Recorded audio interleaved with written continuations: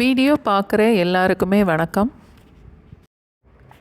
நல்ல ஹெல்த்தியான கருப்பு முழு உளுந்து தோசை. சில பெருமாள் கோயிலில் இந்த தோசையை பிரசாதமாக பண்ணுறாங்க. இந்த தோசை நடுவில் நல்ல சாஃப்டாகவும் ஓரம்லாம் நல்ல மொறுமொறுன்னு இருக்கும். இந்த தோசையை இன்றைக்கி செய்து பார்க்கலாம். 2 கப்பு பச்சரிசி அளந்த அதே கப்பில் 1 கப்பு முழு உளுந்து இல்லாட்டி உளுந்தம்பருப்பு தோலோடு உளுந்தம்பருப்பு கூட சேர்த்துக்கலாம்.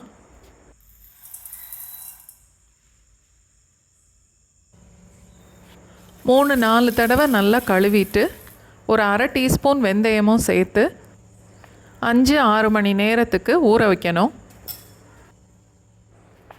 நல்லா ஊறினதுக்கப்புறம் மிக்சியில் போட்டு தேவையான அளவுக்கு தண்ணி, தோசைக்கு தேவையான அளவுக்கு உப்பும் சேர்த்து ரவை பதத்தில் அரைச்சா போதும். ரொம்ப நைஸாக அரைக்க வேண்டாம்.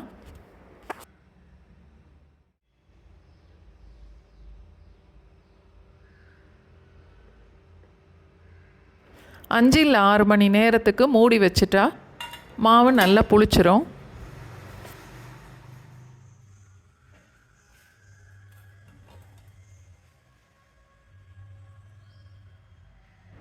ஒரு பேனில் 1 டேபிள் ஸ்பூன் அளவுக்கு நெய் ஊற்றிட்டு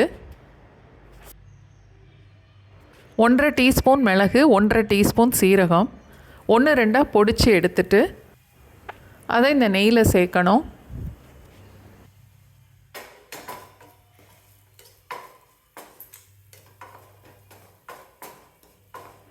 மிளகு சீரகம் நல்லா பொரிஞ்சதுக்கப்புறம் கருவேப்பிலையும் சேர்த்து அதை எடுத்து இந்த தோசை மாவோடு சேர்த்துடணும். 1 டீஸ்பூன் அளவுக்கு சுக்குத்தூள். இந்த தோசை கொஞ்சம் காரமாக தான் இருக்கும். மாவை லேசாக வாயில் போட்டு பார்த்துட்டு காரம் பத்தலைன்னா இன்னும் கூட மிளகு இல்லைன்னா சுக்கு சேர்த்துக்கலாம். இந்த தோசை நெய் ஊற்றி தான் செய்யணும். 2 இல்லை 3 டீஸ்பூன் அளவுக்கு நெய் சேர்த்துட்டு இந்த தோசை ரொம்ப மெல்லிசாக செய்யக்கூடாது. ஊத்தப்பத்தை விட கூட கொஞ்சம் கெட்டியாகவே இருக்கணும். அடுப்பையும் ஃபுல்லாக சிம்மில் வச்சுட்டு தான் இந்த தோசையை வேக விடணும். இல்லைன்னா ஓரம் எல்லாம் வேகும், நடுவில் உள்ள மாவு வேகாது.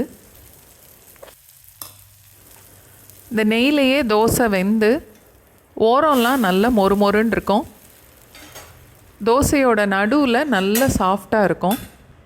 இதோடு சேர்த்து சாப்பிட்றதுக்கு சட்னி வேணும்னு இல்லை, தோசையை அப்படியே சாப்பிட்டாலே ரொம்ப நல்லாயிருக்கும்.